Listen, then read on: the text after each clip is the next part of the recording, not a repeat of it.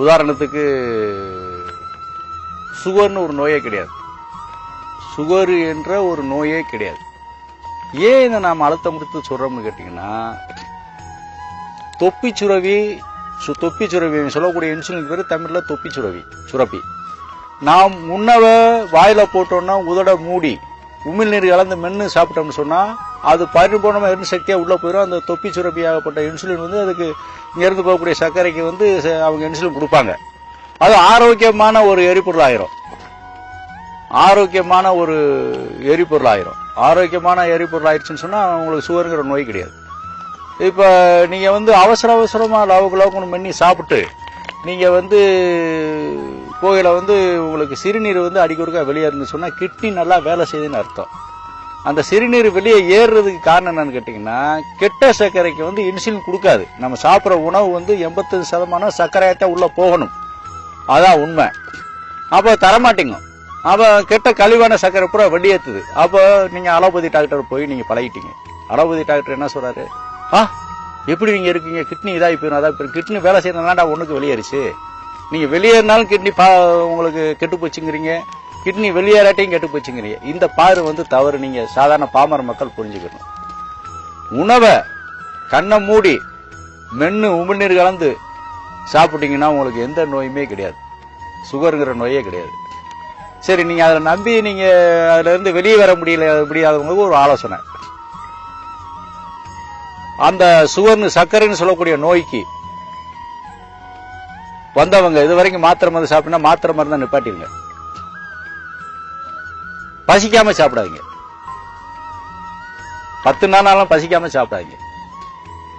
பசிச்சதுக்கு அப்புறம் நீங்க சாப்பிட்டுங்க, உங்களுக்கு சுகருங்கிற அந்த பாதிப்பு இருக்காது. இந்த சுகர்னு சொல்லக்கூடிய நோயை நம்பி என்னைக்கு நீங்க மருந்து மாத்திரை எடுத்துக்கிறீங்களோ அன்னைக்கு உங்க உடம்பு கெட்டுரும். எந்த இங்கிலீஷ் மருத்துவ டாக்டர் சொல்லக்கூடிய இங்கிலீஷ் மருத்துவர் இந்த சக்கரை நோயை என்னால கட்டுப்படுத்த முடியும்னு எந்த டாக்டரா சொல்லியிருக்காரா? ஏன் நீங்க போய் அங்க போய் விழுகாதீங்க. முடியாது. அவங்க சொன்னது உண்மை. நம்ம வந்து உணவை வந்து மென்னும் ஒழுங்கா சாப்பிட்டோம்னு சொன்னா வராது. இந்த இங்கிலீஷ்கார மருந்தை நீங்க சாப்பிடாம இருந்தீங்கன்னா உடம்பு கெட்டு போகுது. உடம்பு கெட்டு போனா புண்ணு வந்து ஆறிடும். இவன் மருந்து மாத்திரை சாப்பிட்டு புண்ணு வந்தா கால் எடுக்கணுமே, காலில் ஒரு புண்ணு வந்தா. இதான் நடந்துகிட்டு இருக்கு. நம்மளா போய் வழிய பணத்தையும் கொடுத்து நோயை விலைக்கு வாங்கினதுதான், விலை கொடுத்து சனினை விலைக்கு வாங்கின மாதிரி. ஆகவே வந்து இந்த சுகர் நோய்ங்கிறது வந்து வர்றதுக்கு காரணம் இதுதான். நம்ம ஒழுங்காக மென்னு உமிழ்நீர் கலந்து வாயை மூடி எண்ணெய்க்கு முழுங்கி சாப்பிட்றோம் எந்த நோயும் உங்களுக்கு கிடையாது. ஒண்ணு. இரண்டாவது என்னன்னு கேட்டீங்கன்னா, பிள்ளைகளுக்கு வந்து அதே மாதிரி இன்னொன்னு விடுபட்டு போனதுன்னா, சாப்பிடுவதற்கு முன் தண்ணி குடிங்க. ஒரு கடைசியா தண்ணி குடிச்சு ஒரு அரை மணி நேரம் கழிச்சு சாப்பிட ஆரம்பிங்க. சாப்பிட்டு ஊடையில சாப்பிடல தண்ணி குடிக்காதீங்க. அப்படியே தவிச்சா ஒரு முடக்கு வாயில ஊத்திக்கிட்டு நிப்பாட்டிங்க. ரொம்ப குடிக்காதீங்க. சாப்பிட்டு முடிச்சு அரை மணி நேரம் கழிச்சு உங்களுக்கு தண்ணியை கொஞ்சம் கொஞ்சமா உள்ள குடிங்க. 1 லிட்டர் குடிச்சா கொஞ்சம் கொஞ்சமா குடிக்கணும். மடக்குன்னு குடிக்க கூடாது. அதே மாதிரி தண்ணி உள்பட எப்ப விஷமாகும்னு கேட்டீங்கன்னா, தவிக்காமல் தண்ணி குடிச்சாலும் அது விஷமாகும். பசிக்காமல் அது சாப்பிட்டாலும் அது விஷமாகும். இந்த சொல்லக்கூடிய சுகர் ஒரு கணக்கு உங்களுக்கு மாய வலையில விழுக வச்சு நம்மள ஒரு கணக்கு போடுறான். 1 மணி நேரத்துல சாகக்கூடியவனுக்கும் அடுத்த நிமிஷம் சாகக்கூடியவனுக்கும் 90 to 130 இருக்கலாங்க. எதை வச்சு சொல்றேன் நீங்க கேட்டீங்களா? டாக்டரும் கேட்டிருக்கீங்களா? ஏன்னா இலும் நாட்டில உலக லெவலில் இருந்துகிட்டு நான் ஆரம்பத்துல இருந்து சாமி போய் சொல்லிக்கிட்டு இருக்கேன். இந்த கல்வி வச்சு சொல்றீங்க, புரிஞ்சுக்க அன்பா வேண்டிக்கிறேன். இலும் நாட்டிலும் ஒரு குரூப் நம்மள வந்து ஒரு மாய வலைங்கிற விழுந்து ஒரு கணக்கு போட்டு அந்த கணக்குள்ள எல்லா பேரும் அறிவாளில இருந்து எல்லா பேரும் சிக்கிக்கிறான். சிக்கி அறிவாளிகள், அதாவது உட வெள்ளையா இருந்து மிஷின் சொல்றதை கேட்டு சொல்றவன நம்புறேன். எங்களை மாதிரி உண்மையை சொல்லக்கூடியவன் நம்பணும்னு வேண்டுகிறேன். நம்பல நான் சொல்லல, நம்பணும்னு வேண்டுகிறேன். அதுல வந்து நீங்க ஒரே ஒரு கேள்வி நீங்க அனைவரும் கேளுங்க. இந்த மக்களாகிய நீங்கள் 90ல இருந்து 130 எப்படி நிர்ணயம் பண்ற? 5 வயசு குழந்தைக்கும் அதை நிர்ணயம் பண்ற. 1.5 வயசு குழந்தைக்கு சுகர் இருக்குங்கிற. ஏன்டா எந்த காலத்துல சுகர் நோய் கண்டுபிடிக்கப்பட்டு எவ்வளவு நாள் ஆகுது? நீ மருந்து கொடுக்கப்பட்டு மனிதர்களை நம்ம தான் பாதிக்கணும். நம்ம தான் சிந்திக்கணும். முதல் சுகர் என்ற நோயும் கிடையாது. உணவு முறைகள் அப்படி சாப்பிடணும். ஏன் தண்ணியை வந்து இடையில குடிக்கக்கூடாதுன்னு சொல்றோம்னு சொன்னா, அந்த தண்ணி நம்ம உணவு சாப்பிட்டு உள்ள போனா அது செரிமானம் ஆவதற்கான ஒரு திரவம் நம்ம குடலுக்குள்ள சுரக்கும். அந்த திரவம் எதுக்கு இறைவனால் சுரக்க வைக்கப்படுது என்றால், நாம் சாப்பிட்ட உணவு செரிமானம் ஆவதற்காகத்தான். அந்த திரவத்தை ரோட்ல கிடக்கூடிய இரும்புல போட்டீங்கன்னா இரும்பு புத்துப்போம். அவ்வளவு ஒரு பவரான அந்த பவர் இருந்தாதான் அந்த உணவை வந்து செரிமானமாக்க முடியும். தண்ணியை குடிச்சோன்னு ஒரு தீயில தண்ணியை ஊற்றி அமர்த்திட்டு உழ வச்சோம்னா தீ சோறு ஆக்க முடியுமா? அந்த மாதிரி நிலைக்கு நம்ம உணவு போயிடலாம். அந்த உணவு விஷமாயிரும். அதுக்காகத்தான் உங்களை ஊடால தண்ணி குடிக்க கூடாதுன்னு சொல்ல வரேன். நம்ம சொன்னதுக்கு விளக்கம் புரிஞ்சுக்கிறீங்கன்னு நினைக்கிறேன்.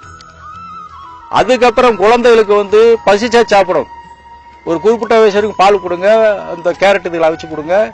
மற்றவர்கள் வாயில திணிச்சு ஊட்டாதீங்க குழந்தைகளுக்கு. 2 பருக்கைனாலும் கூட நல்லா நசுக்கி பருப்பு நெய் போட்டு நல்லா பிசைஞ்சு கொஞ்சமா கொடுங்க. சாப்பிட்ற வரைக்கும் சாப்பிட்டுட்டு வேற நிப்பாட்டிருங்க. குழந்தைக்கு ஒண்ணுமே பாதிப்பு வராது. நீங்க வாயில திணிச்சு அங்க ஓங்கரிக்க தண்ணியை கொடுத்து அந்த குழந்தை விஷமான குழந்தையா உடம்பு ஆரோக்கியம் இல்லாத உடம்பாக போயிருந்து சொல்லி என்னுடைய மக்களுக்கு நான் இது ஒரு ஆலோசனை சொல்லிக்கிறேன். அதே மாதிரி இந்த செர்சி மாட்டு பாலை உபயோகப்படுத்தாதீங்க.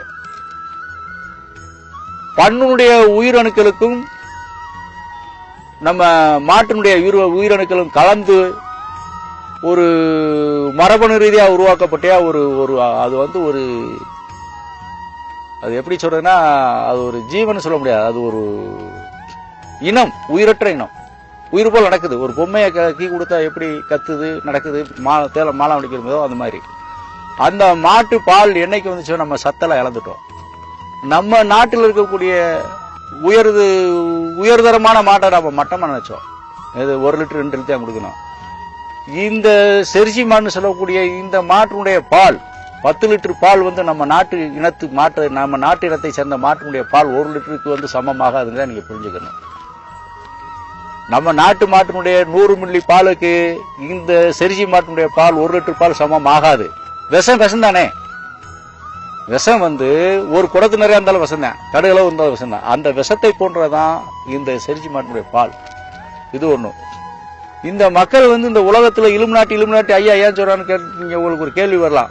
இலுமினாட்டியில் எனக்கு பங்காளி கிடையாது. நீங்க தான் என்னோட சொந்தக்காரங்க. இந்த நாட்டில் இருக்கக்கூடிய தமிழ் நாட்டில் இருக்கக்கூடிய மக்கள் அனைவருமே இந்த மக்கள் நலன் கருதி தான் நான் அதை சொல்றேன்.